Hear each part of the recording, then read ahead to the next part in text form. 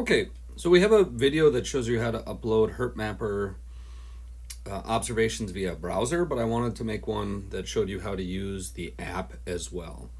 So I'm just recording my tablet screen.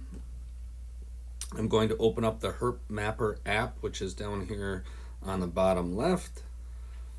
And it should open something like this, either on your tablet or your smartphone.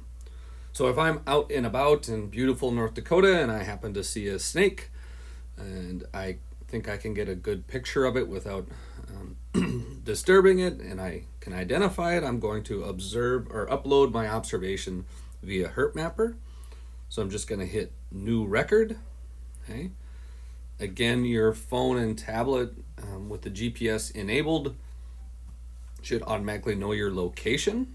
Again, when you first install it, you may have to provide access of the app to your phone devices or your location. Okay, so I'm going to continue.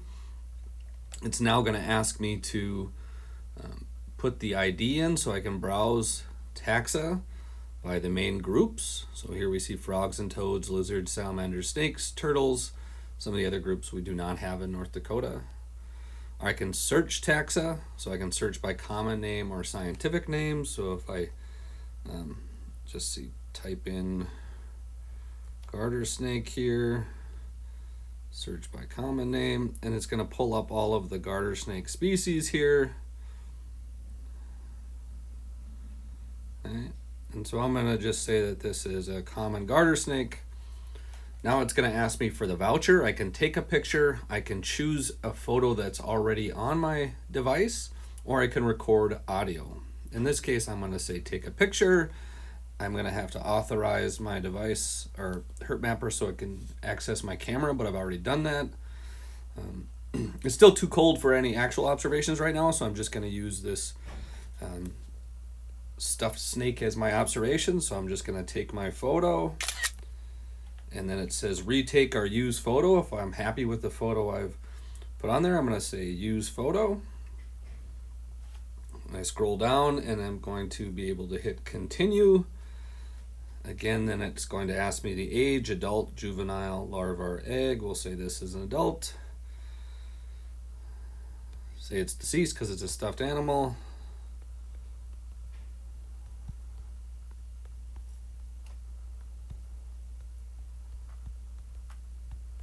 Right. I can add any private notes. I can say to hide this record from the public, and I can hit continue, and it summarizes everything there. It's got the common garter snake, the scientific name, the latitude and longitude, and it's got my notes and my image, and I can hit save record. Okay. Now you'll notice on the home page it says I have one pending record. So typically you have to go back in and finalize these. So instead of clicking new record, I can say pending records, and then I would want to click this sync records button. I'm not going to do that because this isn't a real record and I don't want to put a false record on the database, but I would want to sync my records later when I'm at home with a more secure connection. So often the first time it will save it and you want to sync those records later. So if you're looking at pending records, those aren't officially uploaded yet. You'll want to go back and sync those later on when you're someplace with a more secure connection. So that's the big mistake some people make, is that they